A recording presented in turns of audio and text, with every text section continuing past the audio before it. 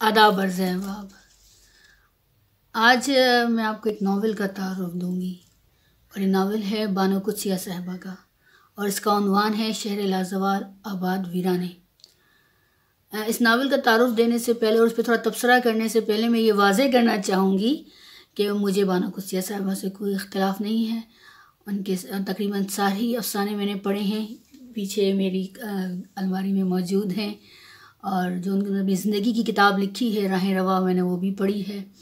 और ये नावल 2011 में शहर लाजवाल और आबाद वीराने 2011 में संगीमील पब्लिकेशंस ने शाया किया है और मैंने उसी वक्त पढ़ लिया था जब ये शाया हुआ था। लेकिन इतना ज़्यादा मुतासिर नहीं कर सका था मुझे उस वक्त, शायद मेरी समझ में ही नहीं आया था। फिर मैंने दोबारा पढ़ा, कहीं मैंने उसके ऊपर कुछ तनकीदी मज़मून पढ़ा तो मैंने फिर दोबारा इस नावल को पढ़ा, फिर छोड़ दिया था। फिर कुछ 1 साल पहले तकरीबन मैंने इसको दोबारा, मेरी नज़रों से एक मज़मून गुज़रा तो फिर मैंने दोबारा इस नावल को खोल के देखा तो कुछ लोगों ने तारीफ़ में ज़मीन आसमान के कलाबे मिला देते हैं और कुछ लोग तनकीद में हद से गुज़र जाते हैं। कुछ लोग अपने मफाद के लिए भी इस नावल्स को इस्तेमाल करते हैं, बड़े अदीबों के नावल्स को, जब कैसा उनके नज़रिए में हो ना हो लोग अपनी तरफ से डाल देते हैं कि ये ऐसा उन्होंने इसलिए लिखा होगा, हालांकि ऐसा कुछ होता नहीं है। इसीलिए मैंने सोचा एक गैर जानिबदाराना तबसरा जो है मैं करना चाहूँगी इस पर, और मैं आप लोगों को इख्तलाफ हो तो आप बिल्कुल अपने कमेंट्स में बता दीजिएगा।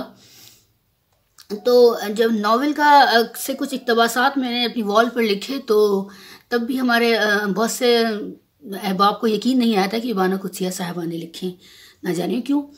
तो क्योंकि उन्होंने नावल पढ़ा ही नहीं था। बहुत से लोगों को दावा होता है कि उन्होंने पढ़ रखा है, लेकिन ये पढ़ रखा है, उनको पढ़ रखा है, लेकिन उन्होंने एक आध चीज़ पढ़ी हुई होती है मुसन्निफ़ की या अदीब की।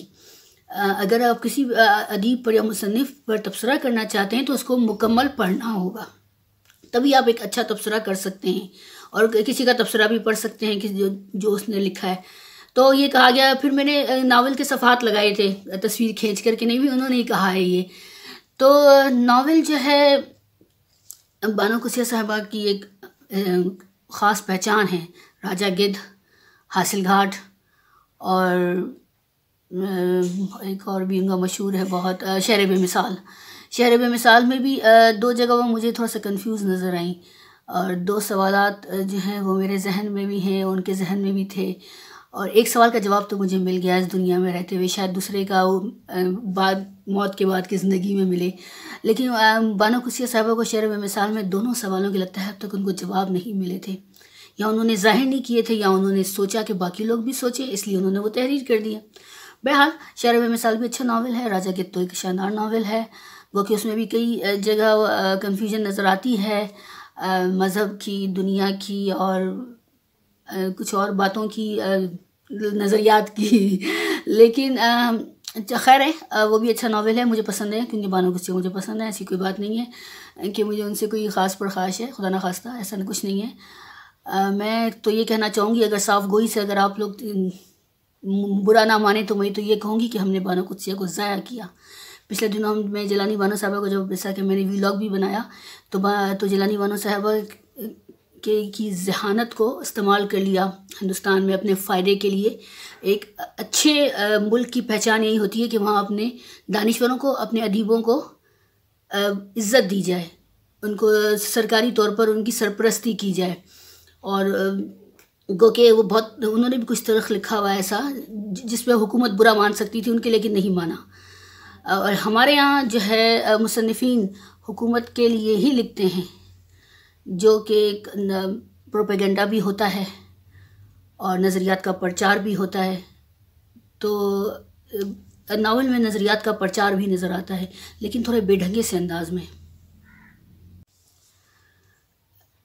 बहुत ज़हीन खातून थी बानो कुदसिया साहिबा, और अपनी सलाहियतों को उन्होंने इस्तेमाल किया लिखने में भी और अपने घरेलू अंदाज में भी, लेकिन हमने, समाज ने उनको दायरों में कैद कर दिया। इसी दायरे के अंदर रहते हुए उन्होंने अपनी पेशा वाराना मार्के तो अंजाम दिए, लेकिन वो मार्के समाजी तौर पर सिर्फ जहन की उसके लिए हैं, तफरीह के लिए, बस वाह वाह के लिए हैं। क्योंकि एक ऐसी औरत जो दायरों में कैद हो जिसकी ज़हानत को मुक़य्यद कर दिया गया हो तो वो ऐसे ही लिख सकती थी ना, या जिसको जो माश के लिए फ़िक्रमंद हो, जो जहाँ अदब को कमर्शियल कर दिया जाए तो फिर वो ऐसे ही लिख सकती थी। ज़ाहिर है एक ख़ातून तभी वो परेशान थी अपने माश के लिए भी, तो एक ख़ातून को बच्चे का दूध चाहिए था, उसके मियाँ ने घर में दोस्तों की दावत कर रखी थी, उसका ख़र्चा निकालना था, तो उसको सर्दी के कपड़े बनाने थे बच्चों के लिए, उसको स्कूल की फ़ीस भरनी थी बच्चों के लिए, मियाँ का हाथ बटाना था, तो वो वही लिख सकती थी जो मकबूल बयानिया हो और जो आप लोगों को पसंद आए। ये भी एक अलमिया है किसी की सलाहियत को ख़त्म करने का, कि वो आपकी पसंद का लिखे या आपकी पसंद का कोई काम करे लिखने के अलावा। तो उन्होंने आपकी पसंद का लिखा, मकबूल बयानिया लिखा जो अवाम में मकबूल था, और मकबूल बयानिया हम सबको पता है क्या है, मज़हब, रूहानियत, तो उन्होंने वही लिखा जो कभी कभी फ्लॉप भी हो जाता है। तो हमारे ख़त्ते में तो कई बार फ्लॉप भी हुआ है बयानिया, कोई भी मज़हब हो, लेकिन हम फिर भी हम उसके ऊपर ज़ोर देते हैं। खैर नावल जो है उसमें मुतादिद छोटे छोटे वाक़यात हैं और बहुत सारे मौज़ूआत हैं जिनको यकजा करने की कोशिश की गई है मौज़ूआत का, लेकिन आपस में रब्त नहीं है कोई। इंसानी रवैयों पर वैसे बात की गई है नॉर्मली, मुनाफिकत, जिनसी बहरा रवी, बदअमनी, इंतशार, रिश्वत और बहुत मजहबी उसूल और उनकी पामाली, तवाइफ और ख़ित्ते की मुश्तरका तहज़ीब व सकाफ़त और मुसलमान कौम के ज़वाल के असबाब और ख़ित्ते की तक़सीम, उसके नताइज और इंसानों के सनफ़ी रवैयों पर भी बात की गई है, मर्द और औरत के रिश्ते के बीच में भी बात की गई है। नावल में मुसलमानों के जज्बाती रवैयों पर भी बात की गई है और मुसलमान किन नुकात पर शिद्दत पसंद हो जाते हैं उन नुकात पर भी बात की गई है, ये एक अच्छा पॉइंट है। और नौकरशाही निज़ाम पर भी तंज़ है नावल में, और एक बड़ा अच्छा सा इन्होंने जुमला लिखा है, सतर है मुकम्मल, उनके बकौल के बानो कुछ लिखती हैं, नौकरशाही निज़ाम के अफराद और मुलाजमीन ज़ही नहीं होते हैं, वो सिर्फ़ इस मुल्क पर मुसल्लत हैं। अब इससे इख्तलाफ करना या इससे एग्री करना आप लोगों के ऊपर है। और इसके अलावा नावल का मैं आपको थीम जो मैं बताना चाहूँगी, इन्होंने थीम जो लिखा है नावल का, लिखा है कि इस नावल की थीम ये है कि लाहौर शहर जो बेपनाह नापाक लोगों से आबाद है, कैसे अभी तक आबाद है। गालबन कुछ अल्लाह के भगत इस धरती पर आबाद हैं जो इसके लिए दुआगू हैं। अब थीम पे भी थोड़ा सा कन्फ्यूजन नज़र आ रही है कि अल्लाह ताला की रहमत को ऐसे महदूद कर दिया गया है, क्योंकि अल्लाह ताला की रहमत तो लामहदूद है, और क्या सिर्फ वो नेक लोगों पर है? नहीं, जो मेरी ज़िंदगी का तजुर्बा और मुशाहिदा है, मैंने देखा वो तो गुनाहगारों के ऊपर भी यकसा है। तो अल्लाह ताला की रहमत तो लामहदूद है और सब पर यकसा है, एक जैसी है। तो ये थोड़ा सा मुझे कन्फ्यूजन लग गया ये थीम। और ये भी लिखा है कि अंदर मदफून जो लोग हैं, नावल के अंदर ही एक जगह ये भी लिखा है कि जो लोग मदफून हैं उनकी वजह से करम है। तो मुझे थोड़ा सा इस पर भी एतराज़ हुआ कि जो लोग मर गए उनकी वजह से वो क्या हमारी ज़िंदगी पर असर अंदाज हो सकते हैं? मुझे नहीं, इस बात में बहुत कन्फ्यूजन मुझे भी हुई कि इन्होंने ऐसा क्यों लिखा। क्या उन्होंने कोई किसी को देखा था कि वो मरने के बाद भी असर अंदाज हुए? ये थोड़ा सा एक कन्फ्यूजन पॉइंट है इसमें, गो कि मेरी एक इस पर राय है, लेकिन फ़िलहाल मैं आप लोगों पे छोड़ रही हूँ। अच्छा, नावल के किरदार जो हैं वो आपको बताना चाहूँगी। अहम किरदार हैं, वैसे बहुत सारे किरदार हैं, लेकिन अहम किरदार जिनके गिर्द नावल की कहानी घूम रही है उनमें है ज़फ़र की बीवी रक्षंदा। रक्षंदा एक तवाइफ है, जिसको ज़फ़र ने छोड़ दिया तो वो तवाइफ बन गई। ज़फ़र रक्षंदा का शौहर, इकराम शाह एक ठरकी किस्म के पीर हैं। डॉक्टर फ़हीम नाम तो मर्दाना है, लेकिन ये जनाना एक गायनेकोलॉजिस्ट हैं, डॉक्टर हैं। जनरल बख्तियार रक्षंदा का आशिक, जनरल साहब हैं जो रक्षंदा के आशिक हो गए थे। जमाल ये जनरल साहब के बेटे हैं जो ये भी रक्षंदा के आशिक हैं। तो रक्षंदा जो है वो डॉक्टर जो जनरल जो कहानी शुरू हुई है वो इस तरह शुरू हुई है कि रक्षंदा जो है वो जनरल साहब के साथ रह रही है दाश्ता के तौर पर। तो उनके साथ 2 साल से रह रही है वो। इस दौरान वो 2 दफ़ा एबॉर्शन करवा चुकी है डॉक्टर फ़हीम के हाथों। डॉक्टर फ़हीम खुफिया एबॉर्शन का काम भी करती हैं। जब वो दूसरी दफ़ा एबॉर्शन करवाने जाती है अपना, तो वहाँ उसकी मुलाकात होती है एक लड़की से जो अबॉर्शन करवाने आई हुई होती है, लेकिन ज़ारो कतार रो रही होती है। रक्षंदा को उसका रोना बहुत डिस्टर्ब करता है, लड़की की माँ भी साथ होती। तो उसका रोना जब उसको डिस्टर्ब करता है तो वो उसके पास जाती है और उसे कहती है कि क्या हुआ है तुम्हें, मुझसे वजह पूछती है कि क्यों तुम रो रही हो, जब तुम अबॉर्शन करवाने आई गई तुम रो क्यों रही हो। तो उसको मालूम होता है कि लड़की अपने सगे मामू के हाथों हमला हुई होती है। सगे मामू ने उसके साथ ज़्यादती की होती है, जो उसके ससुर भी होते हैं होने वाले। मामूजाद भाई से उसकी मंगनी भी हो चुकी होती है और वो वहाँ गई हुई होती है मामू मानी की खिदमत करने। मामूजाद भाई मुल्क से बाहर होता है, घर बनाने के लिए वो पैसे कमाने गया होता है। तो ये जाके लड़की उनके साथ रहने लगती है, मगर मामू इसके साथ ज़्यादती कर लेते हैं, जिसके नतीजे में वो हमला हो जाती है। तो जब रक्षंदा ये वाक़या सुनती है उसके मुंह से तो उसको बहुत दुख होता है। लड़की की माँ भी उसको ज़ारो कतार रो कर ये बताती है। तो जो डायलॉग हैं उस रक्षंदा के, वो लड़की के साथ वो काबिल गौर हैं। रक्षंदा मुखातिब होती है, फूल बनती तू और मैं, हम सिर्फ जिस्म का बुलावा हैं। मैंने जब भी मदद के लिए हाथ उठाए, मेरे चाहने वालों ने मुझे अपना उज़्वे तनासुल पकड़ा दिया। मर्द के पास हमें देने के लिए और कुछ नहीं। मर्द की ज़ात भी किस कदर तही दस्त है कि वो इससे ज़्यादा और कुछ भी औरत को नहीं दे सकता। ये पूरा पैराग्राफ है, पूरा इक़्तिबास है और इसमें उन्होंने मर्द और औरत के रिश्ते के बारे में भी बानो कुद्सिया साहिबा ने बताया है। और कुछ लोग कहते हैं कि कुछ नाक़िदीन की राय ये है कि उन्होंने मर्द की मजबूरी बयान की है और मर्द की तरफदारी भी की है कि वो उसकी ज़ात तही दस्त है, वो कुछ और दे ही नहीं सकता, उसकी फितरत है। तो जबकि मेरी राय तो ये नहीं है कि उन्होंने तरफदारी की है मर्द की। उन्होंने औरतों को आगे बढ़ाने के लिए बात की है कि औरतें इससे आगे का कुछ सोचें। उनकी औरतें भी यही चाहती हैं, क्योंकि वो आगे कह रही हैं शिवलिंगम की पूजा औरतों का शार रही, ताकि मर्द की ज़ात का जो हिस्सा इनका है इसको वो अपना धर्म बना लें। तो ये बात गौर करने की है कि वो औरतों को क्या पैगाम दे रही हैं। तो मर्द के पास गालिबन औरत के साथ शेयर करने के लिए और कुछ है भी नहीं।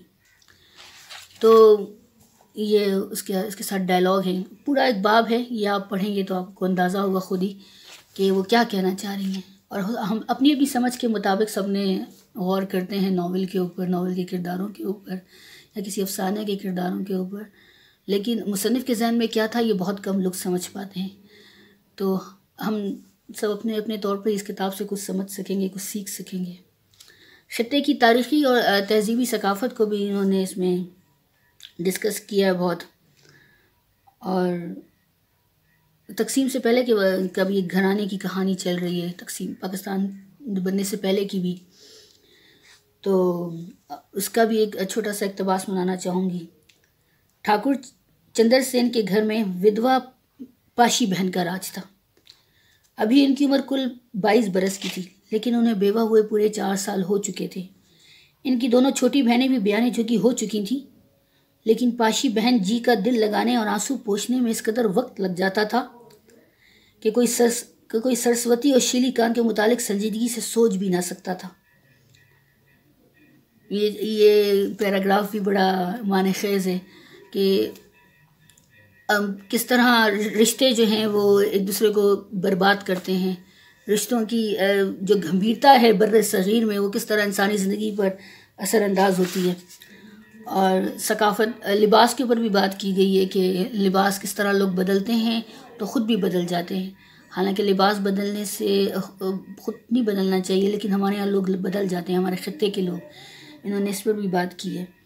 और इसके अलावा इन्होंने ज़बान के मुतालिक भी बात की है कि ज़बान, किसी दूसरे की ज़बान अपना लो तो फिर आपकी ज़बान की कोई अहमियत नहीं रह जाती। इस अच्छे इसमें नुकात दिए हैं। नावल में एक काशिफ साहब की कहानी भी है।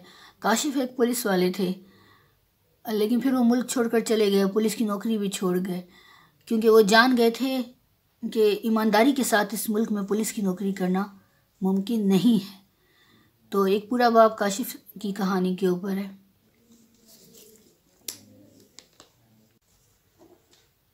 जब पाकिस्तान बनने का हंगामा उठा तब ज़ाहिर है स्कूलों में, कॉलेजेस में, महलों में, गली महलों में हर जगह बातचीत हो रही थी। तो फिर पड़ोसी जो हैं वो किस तरह आपस में गुफ्तगू कर रहे हैं, वो भी एक इक़्तिबास है जो मैं आपको सुनाना चाहूँगी।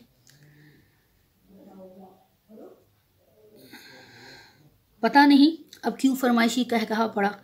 किसी बहन जी, किसी भापा जी को परवाह ना थी कि वो कहाँ खड़े। अक्सरियत अपने ज़ोर पर थी।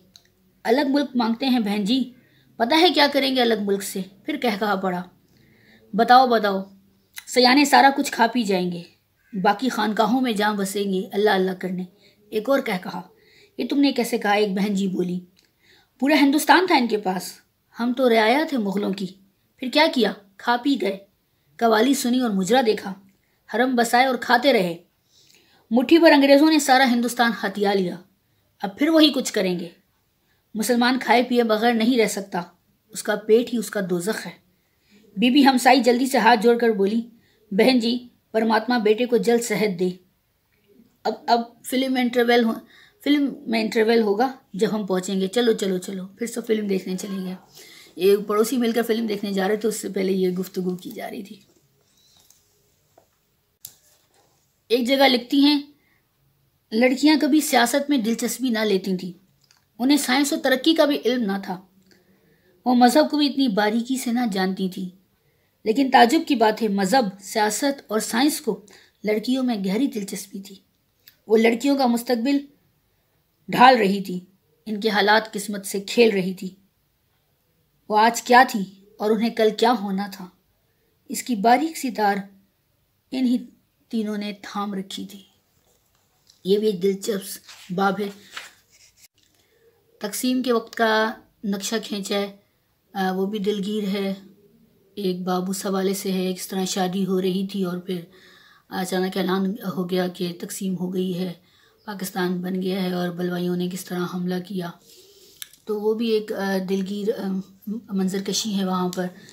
और जो अल्लाह के भगत का जो ज़िक्र है वो नावल के तकसीम के बाद नज़र आता है। बस एक ही अल्लाह का भगत है नावल में, क्योंकि बाकी जो किरदार हैं उनकी खामियां ही दिखाई गई हैं और ख़ूबियाँ भी हैं, लेकिन खामियां ज़्यादा दिखाई गई हैं, जो इंसानी खामियां हैं, जो इंसान की अखलाक की और नफ्सियाती खामियां वो दिखाई गई हैं, अखलाकी और नफ्सियाती खामियां। और जो अल्लाह का भगत है वो तकसीम के बाद नज़र आता है कि इस तरह वो एक ख़ातून से शादी करता है, कैंप में देखता है उनको, डॉक्टर होते हैं वो, तो बस डॉक्टर कैसर, तो बस एक वो अल्लाह के भगत दिखाए हैं, और तो कोई ख़ास अल्लाह के भगत नज़र नहीं आए इसमें, जिसकी वजह से हम सबके ऊपर रहमत हुई है। तो यह नावल दिलचस्प से काफ़ी ज़ख़ीम है माशाल्लाह, और इसके सफ़ात हैं 576 सफ़ात हैं।